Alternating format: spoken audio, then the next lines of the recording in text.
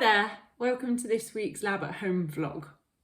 So the aim of these vlogs is to show you that you can do molecular biology from home. But you might be watching these vlogs and thinking, well, of course Jane can get these to work because she's a molecular biologist and she has the background and the experience to do it.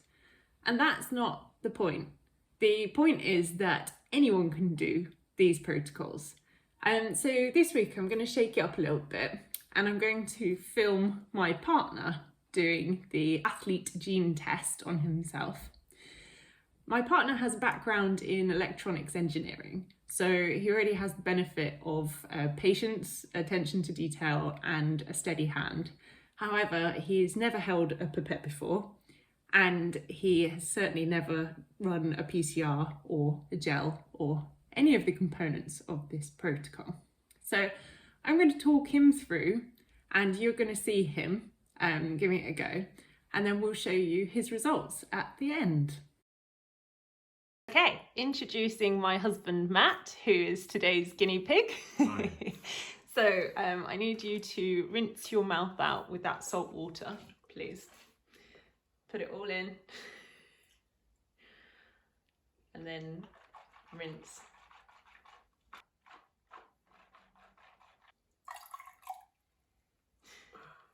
Cool. And then use one of those pasta pipettes to your left. And I want you to pipette 1.5 ml into each of those larger tubes in front of you. Good. And you need to balance the centrifuge of them, so fill them up to the same level. Perfect. Okay, you can put that lovely sample to one side now. Close the lids on those. Okay, now put them on the centrifuge. And I need you to set them spinning. And I want you to put it on for 4000 G for 90 seconds.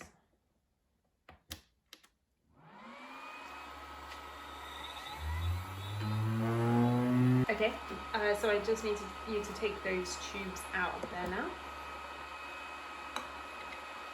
and put them back on your rack. Now I need you to pour off the supernatant, which is the clear liquid. So if you pick up your tubes and have a look, you should be able to see some solid mass at the bottom, which is your cheek cells. Oh, So just pour that into your glass. And you should be left with just the cheek cells at the bottom. Excellent. Doesn't have to be completely poured off. So you want to close the lid on those. And tap the bottom to resuspend your cells in the liquid. Excellent. And now you're going to transfer those to those small PCR tubes. So I need you to take the largest pipette over there, which should say 100 to 1000. Yeah.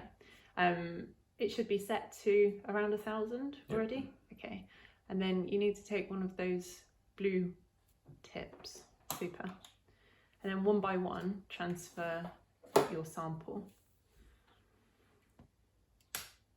So it's one press to collect the sample and then press all the way down to expel it.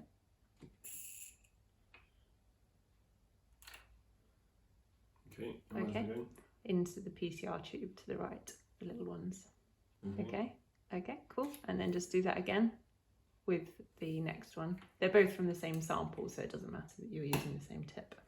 Okay, so you want to close the lid on those and with your pipette tip in there. Nicely done. So now you're going to transfer those PCR tubes, which are the little ones, onto the Bento Lab heat block. So I'll switch that back on. Super. And then we need to set that up at 99 degrees C for 10 minutes. Excellent. Okay, now your samples have finished heating. You need to spin them down on the centrifuge again. but those PCR tubes are too small for that centrifuge. So I need you to sit them inside the larger tubes that you were using earlier. Okay. And now you want to spin them this time for 90 seconds at 8,000 G.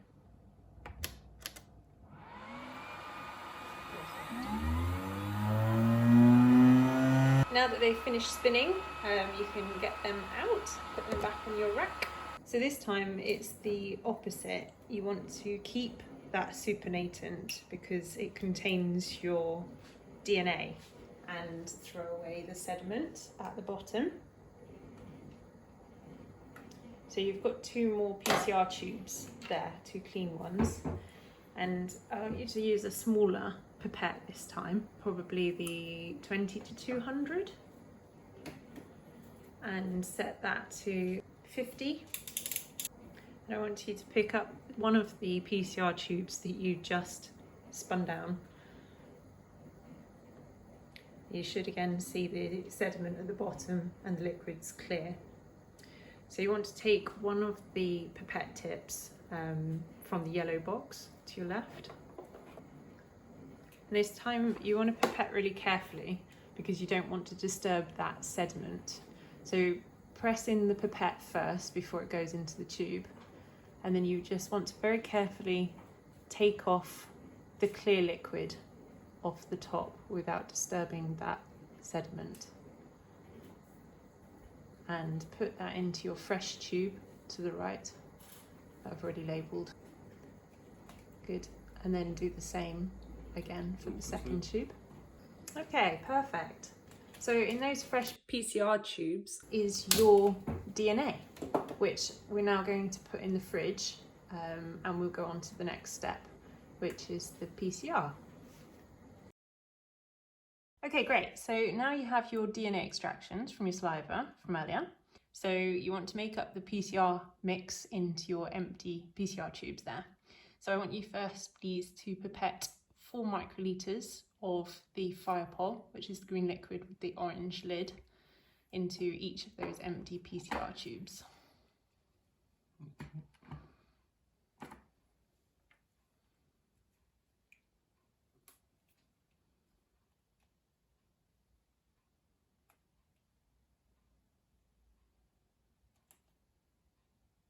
Next up is the PCR grade water. So you want to put 12 microliters of that into each of your tubes. This time, because they've got Firepol in already, you want to just discard your tip after each one, so you don't risk getting Firepol in the water.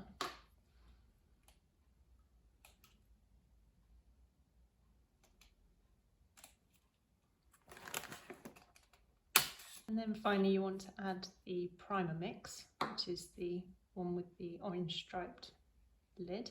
So you want to type 2 microliters of that into each tube. Again, discarding the tip so that you don't put master mix back in the primer tube.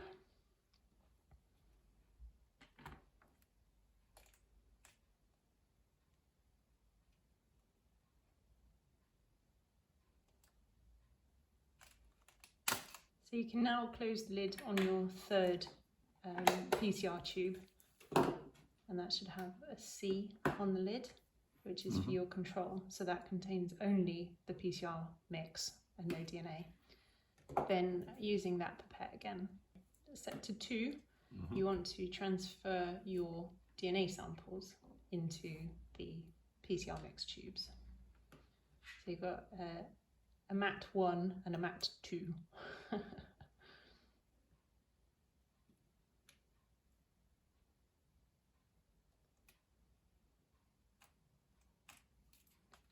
It's always good to just close the lid on the one that you've already done so that you don't get mixed up. Cool. Excellent. And then you just want to transfer those tubes to the Bento Lab heat block. If you tap it on the table, that will knock all of the liquid down to the bottom of the tubes. Excellent. I've already set the PCR program up for you. It's called Athlete and it's pre-programmed. So you just need to press the play button. and we'll come back in 92 minutes to do the next step. Okay, while the samples are on the PCR machine, Matt's going to pour a gel. So I'd like you to switch on the scales, please, and they should automatically tare yes, 0 grams. And I'd like to fill that up with TBE in the glass bottle to 33 grams, which will be 33 ml of 0.5x TBE.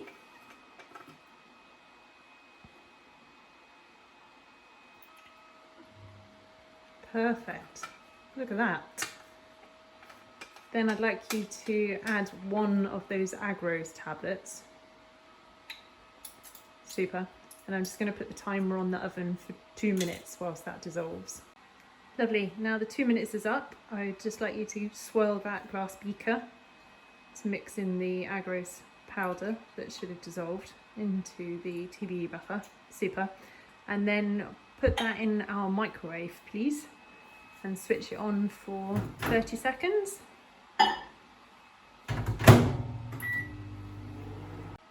Okay, take it out, please. Swirl it round again. And can you see that the mixture's still cloudy? Mm-hmm. We need to keep heating it up until it's clear. So I know from experience that 1 tablet in 33 ml takes a minute in the microwave. So now you've swirled it round nicely, please can you put it in for another 30 seconds?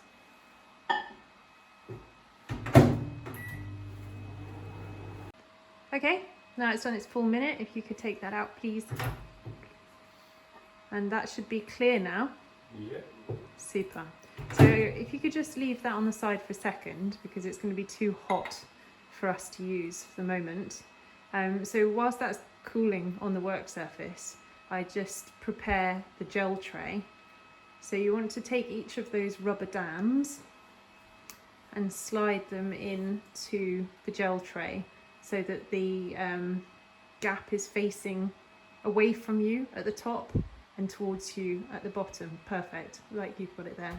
And there's some grooves that you just slide them in.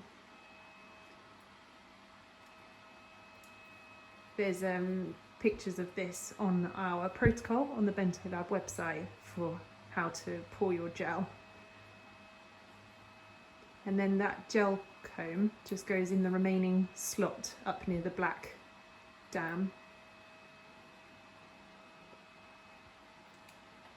Yeah, perfect. Thank you. So now that the gel is cooler, you want to add the stain to it, gel green stain, which is that brown container with the stripy lid. Hold this close to the Agros, in the beaker, and you'll see the heat starts to draw it out of the pipette. Can you see that as you lower it? And so I want you to swirl with the pipette as you lower it into the mixture. Yeah, beautiful. Look at that. Great. And then give that a really good swirl, that beaker, to make sure that gel stain's really well mixed in, because if it doesn't, we don't have a good gel. Is that all mixed in? Mm-hmm. Yeah. And then gently pour that into your gel tray slowly so that you don't have any bubbles. Excellent. Look at that. You can see that filling up the gel tray nicely. Nicely done. It's like he's been pouring gels his whole life. Great. So now we're going to leave that and the PCR to run, and once it's dry, we'll load our samples onto it. What I'd like you to do now, please, is to very gently remove the gel comb and to remove the dams.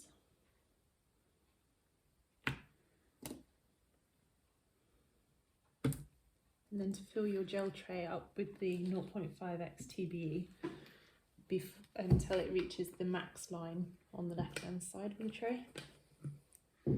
Just pour very carefully.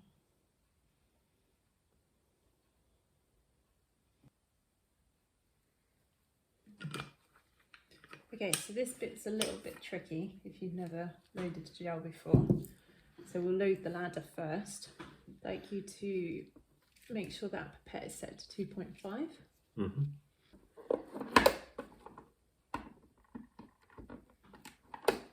And then this is your DNA ladder, the tube with the blue stripes on the lid. Okay, super. And then you're going to skip the first hole, name for the second. Can you see where it is? Mm-hmm.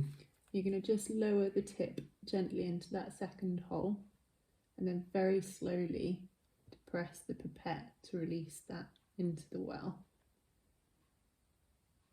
Yeah, perfect. Really neat. Now you're going to do the same of each of your PCR amplicons. Exactly the same principle as with the ladder. Really nicely done. Okay, and put that down. And you want to just slide the lid on so that it connects with the, whatever you call them. Banana plugs. Thank you, banana plugs. And then put those cables into the side. This is where I feel really stupid, molecular biologist telling electronic engineer how to wire up a gel tank. And then you want to set the gel running. Great. And just check that it's working. See some bubbles coming up Yep. on the inside. Great. So your gel's running and we'll come back in 30 minutes to find out whether it's worked. Sounds good. Okay, so the moment of truth. Let's see whether it's worked. What I'd like you to do is to unplug the gel box from the Bento Lab and slide the cover off the tray. Perfect. Place that tray on the blue light box and then put the black box over the tray. Brilliant. Now select the blue light from the screen and I'd like you to look through the hole and see if you can see the DNA ladder in the first column and your samples in the second. Can you see any bands? Yeah, so there's a ladder, and then the second has got 2 bands, and the third, I think it's got 1 band. Very Cool. faint. Hey, that's exciting. Right, I'm going to have a look now with the camera, if that's okay. Let's have a look what's going on here. Hey, cool, look at that. Okay, so your first sample's worked and your second sample hasn't. That's interesting, but that's some really nice bands. So now I'm going to do a print off and compare it to the gel layout on the protocol and determine whether Matt has the athlete gene or not. Here I have a printout of what we'd expect the gel from this experiment to look like, as well as the result from Matt's athlete gene test that I just showed you on the camera through the peephole, where one of his samples has worked really well and it tells us that he's heterozygous CT. He's got a copy of each allele. And then I just thought I would compare this to my result from when I did my own athlete gene test on a video blog a couple of weeks ago. And I got homozygous TT. So you can see I've only got 1 band here at 318. So I have to admit, when I saw both of Matt's bands through the eye hole earlier, I did get really excited because I thought it was quite rare to have the C allele. And then I did some reading up and it turns out that I'm actually the unusual one for being homozygous T. Here's a paper that I'm going to put the link to in the video blog in case you're interested to read up a little bit more. So when I read, basically having the T allele, which is what I have 2 copies of, is actually a defunct version of the gene. And it means that instead of actually coding the entire gene, it just results in a stop codon. So the gene doesn't express this protein that it's meant to, which means that I am completely unable to produce this alpha actinin 3. along with 18% of Caucasians. And this protein is associated with speed and power. And if I just show you this diagram here, this paper here basically is a review of all the studies that have been done looking at the difference between having no copies of this functional gene, like me, and having 1 or 2 copies. So Matt has 1 copy of the functional gene, and high-performing athletes are often associated with having both copies. So essentially, I'm here as the XX genotype. Apparently have reduced response to resistance training, increased post-exercise muscle damage, increased injury risk, but I do have enhanced flexibility and the XX genotype, which is what we're calling here the TT homozygous allele, is also associated with endurance training. So there is a different study that found that amongst female triathletes, those who performed better had the TT-XX genotype. So there we go. I might be better at endurance sports, whereas Matt, with his copy of the C allele or the R allele here, is more likely to be faster and better at sprinting because his muscles can make that protein, which might be why when we go for a run around Abingdon and we set off in opposite directions, Matt goes this way and Jen goes this way. This is where we cross over. I'm going to take that as it's in my genes that I can't run fast.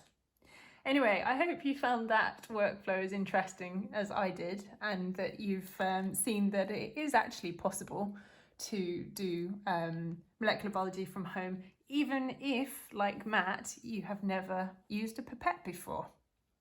Thanks again for watching.